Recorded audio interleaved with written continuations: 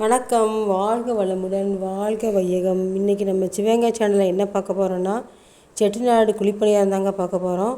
இனிப்பு காரம் ரெண்டுமே நம்ம இந்த வீடியோவில் பார்க்கலாங்க. வாங்க.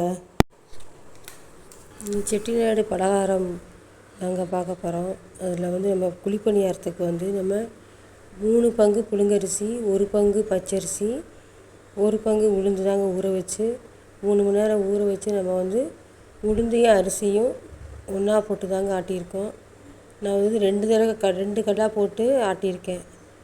ஆட்டி ரொம்ப நைஸாக தேவை கிடையாது, ஓரளவுக்கு குறன்னு இருக்க மாதிரியே நம்ம அரைச்சிக்கலாம். அரைச்சி நான் எடுத்து வச்சுட்டேங்க. எடுத்து உப்பு போட்டு கரைச்சி இது நைட்டு ஃபுல்லாக புளிச்ச மாவு நல்லா புளிச்சிருச்சு. புளித்த பிறகு அந்த மாவை நம்ம 2ஆக எடுத்து வச்சுக்கிறேன். 2 மாவாக பிரித்து வச்சுருக்கேன். ஒரு இதில் வெல்லம் போட்டிருக்கேன். வெல்லத்துக்கு வெல்லம் எவ்வளோ தேவையோ அவ்வளோ போட்டு அது கரையிற அளவுக்கு நம்ம தண்ணி ஊற்றினா போதும். நிறைய தண்ணி ஆக்கணும்னு அவசியம் இல்லை.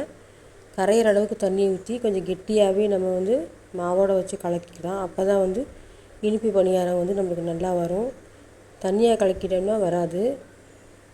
அதுக்கப்புறம் நம்ம கார பணியாரத்துக்கு என்ன பண்ணுறோன்னா, அதே மாதிரி இருப்பு சட்டியில் எண்ணெய் ஊற்றி கடுகு, கருவேப்பிலை, பச்சை மிளகா, சின்ன வெங்காயம் இல்லாட்டி பெரிய வெங்காயம், உளுந்து, கடலைப்பருப்பெல்லாம் போட்டு தாளித்து ஒரு பங்கு மாவு எடுத்து வச்சுருந்தோம்னா அதில் நம்ம கரைச்சி வச்சுக்கிறோம். இப்போ 2 மாவுமே தயாராகிடுச்சு. இனிப்பு மாவும் தயாராகிடுச்சு, கார மாவும் தயாராகிடுச்சு.